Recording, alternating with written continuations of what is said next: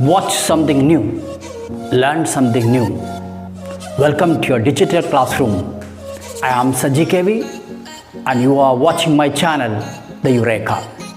In the previous video, we learned about the crocodile and its life and how it became so big and large in size.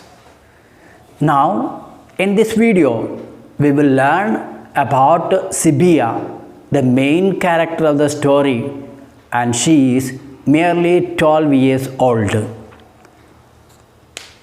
In the still noisy village above the ford, out of a mud house, the same color as the ground came a little girl, a thin staggering child dressed in an earth-colored rag.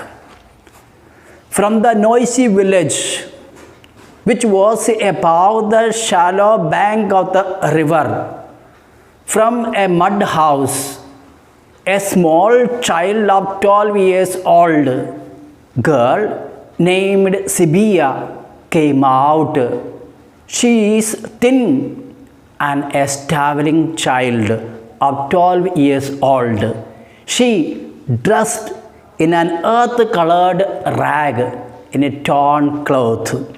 She had torn the rag in two to make a skirt and sari. In fact, she tore her cloth to divide into two so that she could make it as a skirt and sari. Sibia was eating the last of her meal, the chapati wrapped around a smear of green chili, rancid butter, and she divided this also to make it seem more and bit it, showing straight white teeth. Sibia was eating her last meal, the chapati, that was rounded, that was circled around green chili and rotten butter. She divided that chapati into two so that it should appear more, and she ate the chapati, showing her white teeth. With her ebony hair and great eyes, her skin of oiled brown cream, she was a happy, immature child woman about 12 years old. She was a 12-year-old child who is described as immature child woman because she was dressed in skirt and sari, and moreover she had black hair, great eyes and oily brown skin, barefoot of course, and often goosey cold on a winter morning and born to toil. She walked on barefoot and she had goosebumps on her body, and she was born to work. In all her life, she had never owned anything but a rag. She did not have anything in her life except a rag that she used to wear regularly, a torn dress that she used to wear regularly. She had never owned even one anna, not a pie, even to buy or say a handful of blonde glass beads from that stall in the bazaar where they were piled like stars, or one of the thin glass bangles that the man kept on a stick and you could choose which color you would. Now, she did not have any money to buy anything that was available in the market. She had seen things in the market, but she did not have any money to buy even a small handful of blonde glass beads or glass bangles that were on a stick in a shop. She desired for it, but she never could buy such things from the market. She knew what binary was. She knew what finery was, though. She had been with her parents and brothers all through the jungle to the little town at the railhead where there was this bazaar. Now, she knew about all fine clothes that were available in the market because she had gone with her parents and brothers to the market where she had seen all finery things, all fine clothes and beautiful things that are available in the market. And she had walked through the milling people and the dogs and the monkeys full of fleas, idling, gossiping, bargaining humanity, spitting Betelgeuse, heard the bell of sacred bull clonking as he lumped along through the dust and hubbub. Now, when she went to the market, she had seen all types of people going to the market for buying things. She had walked through the working people, milling people, dogs, monkeys full of fleas, the idle people, gossiping people, bargaining people who spit Betelgeuse here and there on their way to the market. Even she has heard the sound of the bell of the that walked along the road noisily. She had paused, amazed before the sweetmeat stall, to gaze at the brilliant honey confections abuzz with the dust and flies. Now she stopped before a sweet shop and she saw bright colored sweets that were covered with dust and flies in the stall. She could see only, she could not buy anything that was available in the sweet shop. They smelled wonderful, above the smells of drains and the humanity and cheap cigarettes. The smell of the sweets that were available in the stall was wonderful, beautiful, and that smelled above the smell of the drains, humanity and the cheap cigarettes. At home, she sometimes tasted wild honey and crunched the syrup out of the stalk of sugar cane. At home, she had some type of sweet. For example, she had wild honey and she chewed the syrup of the sugar cane. But these were green and magenta. Those things of the market were not available for her at home. Then there was the cloth stall, staked with great rolls of new cotton cloth, stamped at the edge with a maker's sign of a tiger's head.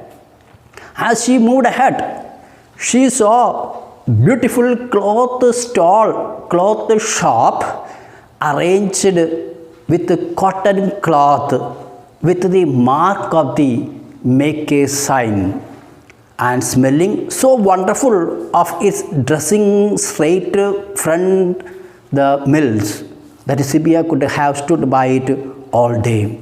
She could get the new smell of these clothes that were directly brought from the market and stored in these shops, and she could stand there and watch there for more time, but she had other things to see ahead.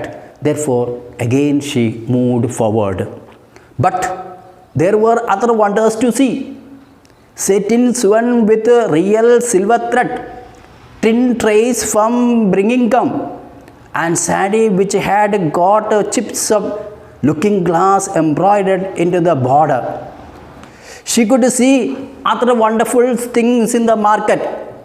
Satin sewn, fabric woven with real silver thread, tin trays that were from Birmingham, a city in England, and sari with embroidery work of glasses. Those things were available in the market. Again, she joined the crowd round a Kashmiri traveling merchant on his way to the bungalows.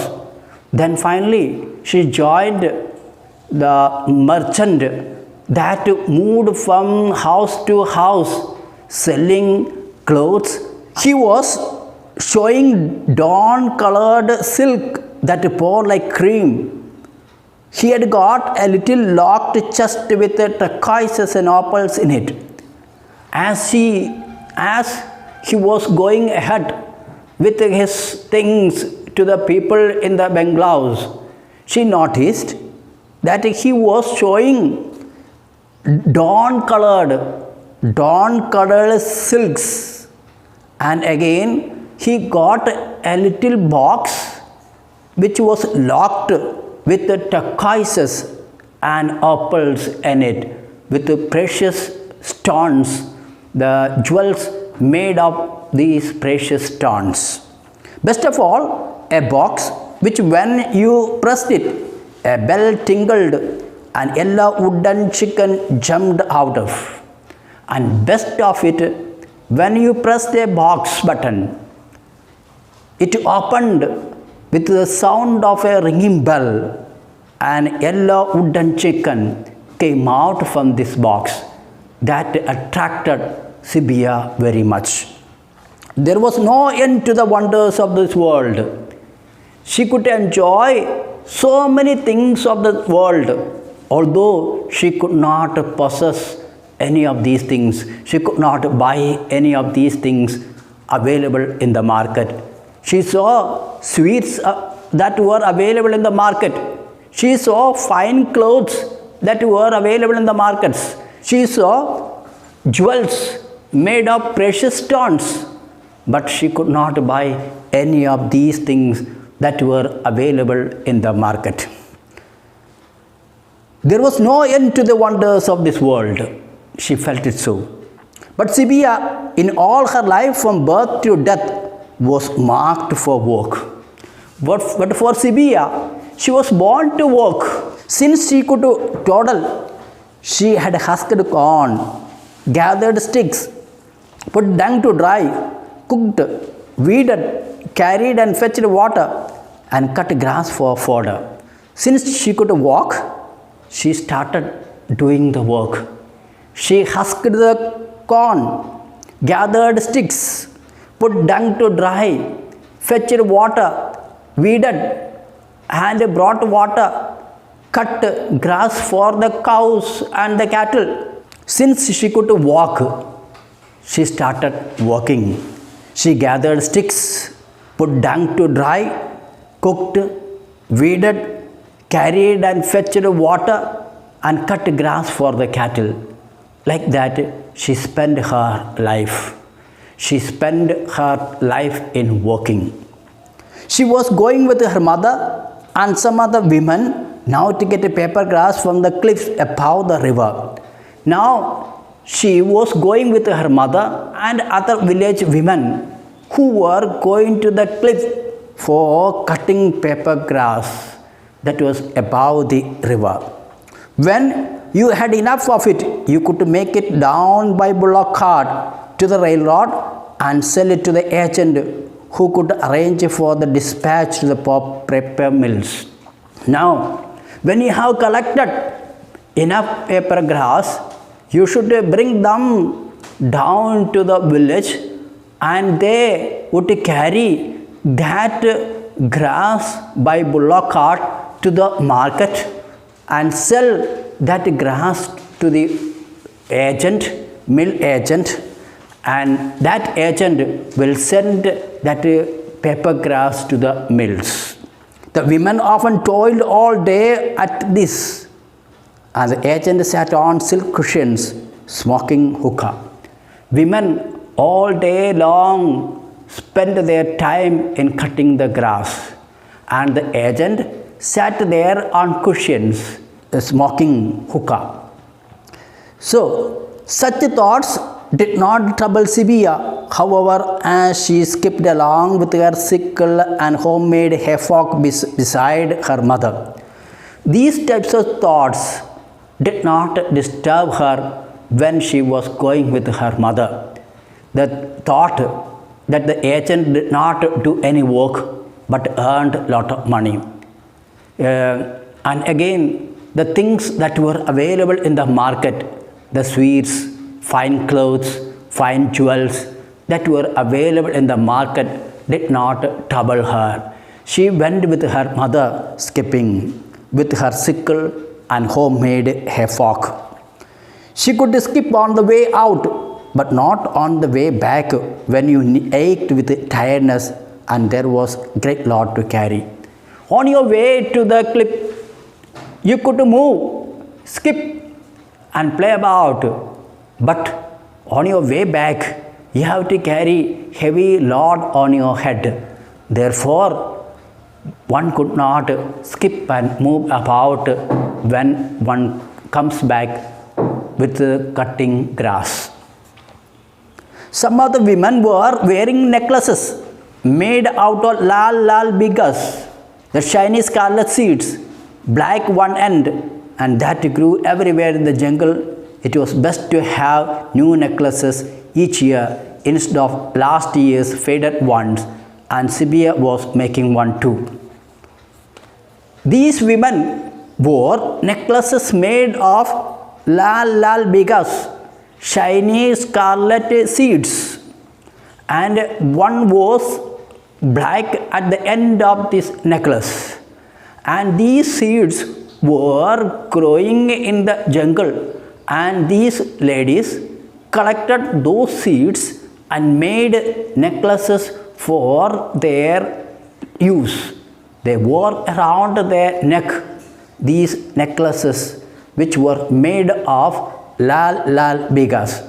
And it is always good to have new necklaces every year, because the old one, within 1 year, this color of the necklaces would be faded. Therefore, should go on. How now it was going to be to hear that rattling swish round her neck as she frosted along with lots of necklaces. She wished she had so many necklaces around her and she could move about the jungle and the village with sounds of those necklaces that she wore around her neck. But each seed had a stone, had to be drilled with a red hot needle, and the family needle was snapped. So she must wait till they could buy. But each seed was as hard as stone, and that to be pierced with a needle. Unfortunately, the needle of the house was snapped, blunt. Therefore, she should wait till they could buy another needle for piercing the seed, and she could make a necklace for herself. Oh, for strings and strings of glass and beads, anklets, earrings, nose rings, bangles, all the gorgeous dazzle of the bazaar, all her little golden body decorated. She wished that she could buy the strings of glass and beads, anklets, earrings, nose rings, bangles, and she could decorate her body, beautiful body, with these beautiful things available in the market. She longed for it, but she could never buy such things from the market. Thanks for watching my channel. Don't forget to subscribe, like and share. Give your feedback and don't hesitate to ask your doubts.